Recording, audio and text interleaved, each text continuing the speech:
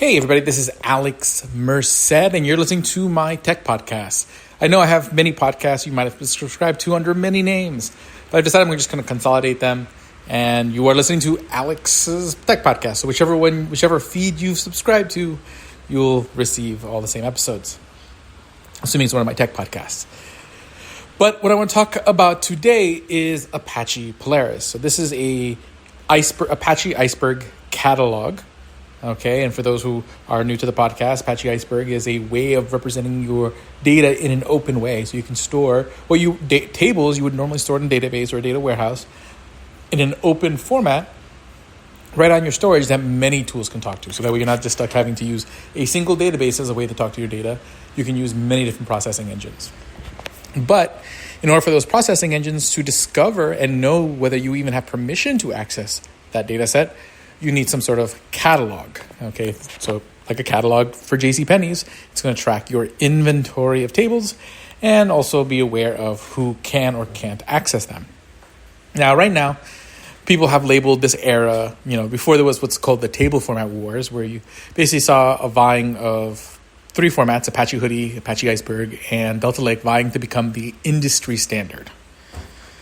I think it's safe to say that Apache Iceberg has become the industry standard. Doesn't necessarily mean there isn't a place for Delta Lake and Apache Hoodie in the grander scheme of things. It's just that generally, Apache Iceberg is going to be the default. So you're going to store data in this open way, also referred to as a data lakehouse, this sort of pattern. You're probably going to default to Apache Iceberg unless you have some sort of compelling reason to not. That's the way I would think about it. Basically, you should assume you're going to do an Apache Iceberg Lakehouse unless you have a good reason not to. But now the question becomes, hey, I decided to build a Lakehouse. I still need to track all these assets. What catalog should I use? And now we're what people are referring to as the catalog wars. And basically you have Unity catalog, which is the entry from Databricks. You have then sort of like the Apache, to me, it's the Apache Iceberg of this battle, which is Apache Polaris, because it's a community-based project. But it's not the only one. There's also Apache Gravitino. Okay, so these are the two sort of community-run projects. And then there is some other open source catalogs like Lakekeeper and Messy that are in the mix. Now, at the end of the day, you're starting to see the same dynamics play out. So essentially what happened with Iceberg is that you saw it was pretty much really a Delta Lake Iceberg battle. Delta Lake had more features initially, but more vendors wanted to build support for Iceberg. The company I work for, Dremio, being one of the ones, probably the first commercial company to commercially really support Apache Iceberg. And now pretty much every company supports Iceberg in some shape or manner. And that was what made the difference, because at the end of the day, where you have what was, again, for all intents and purposes, a great format in Delta Lake, but it was generally steered by a particular player.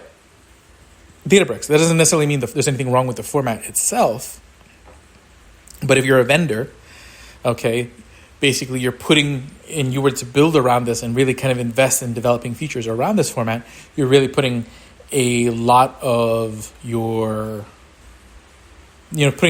eggs in the basket of Databricks. So in this case, if they change the APIs, they change the features, they change how certain features work, that can really easily break your product overnight. There's a bit of uncertainty and of delegating of authority for the success of your company that oftentimes for most vendors probably not the appetite they want. And that's oftentimes the thing when it comes to industry standards. Like you don't want anyone to control a standard. You want it to be something that sort of arises. So more companies kept building on Iceberg because Iceberg was sort of neutral. It had many companies who were involved in the development of it. It wasn't controlled by any one particular company. So then you had a growing number of companies who were developing around it. So all these companies had a vested interest in working together, and there's a lot of collaboration in the Apache Iceberg space. Okay, I mean, even me, who's more on sort of like the community side of the Apache Iceberg world, the kind of community cooperation I see with other, companies who are competitors to the company I work for or not competitors to the company I work for, but how we all collaborate on events and education and whatnot, advocating for Iceberg is pretty cool. Okay, and then that's generally what ends up winning as a standard, because it allows that network effect to take effect on a big scale. So again, you're seeing that same thing play out, okay? Where you have Unity Catalog, which right now probably is a bit more feature rich. But at the end of the day, like, yes, there's an open source version of Unity Catalog, but you run into the same sort of licensing reasons. Like, no one else is going to build a business on top of Unity Catalog, nor do I think they can. And on top of it, again, who steers the direction of Unity Catalog is going to be Databricks in a very big way. Again, nothing wrong with that. There's a benefit to having, if you're Databricks, there's a huge benefit to having the ability to kind of steer the direction of that and being able to not have to wait to ask others for permission to add features and things like this. It allows you to move quicker, but being able to move quicker makes it harder to become a standard, because moving quickly isn't good for what people want in a standard, which is certainty. And Apache Polaris, basically was co-created by Snowflake and Dremio. So basically Snowflake initially announced Polaris, pretty much a year ago. And then basically Dremio and Snowflake both, had developers build that thing out and are still heavily working on that project today with a bunch of others who have joined in. But basically you already have two commercial offerings when it comes to Apache Polaris in the form of Snowflake's Open Catalog and Dremio's Enterprise Catalog. So already you have two, and I know of at least like 2 or 3 other companies that you'll hear about who are building out their own offerings on top of Polaris, essentially building Polaris into their product.